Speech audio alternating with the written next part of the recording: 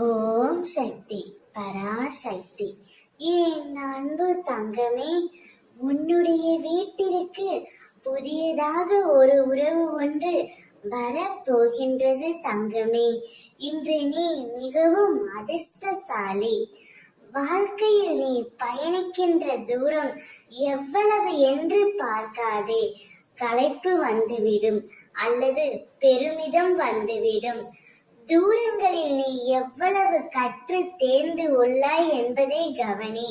உன்னிடம் அதை செய்முறைப்படுத்துகிறாயா என்று யோசி தங்கமே. வாழ்க்கை என்பது இரண்டு பக்கங்கள். அதில் கஷ்டமும் நஷ்டமும் சம அளவில் தான் இருக்கும். அந்த இரண்டையும் சமமாக எடுத்துக்கொள்ளும் மன பக்குவம்தான் உன்னிடத்தில் இருக்க வேண்டும். உனக்காகவே உன்னை தேடியே ஓர் உறவு வரப்போகின்றது.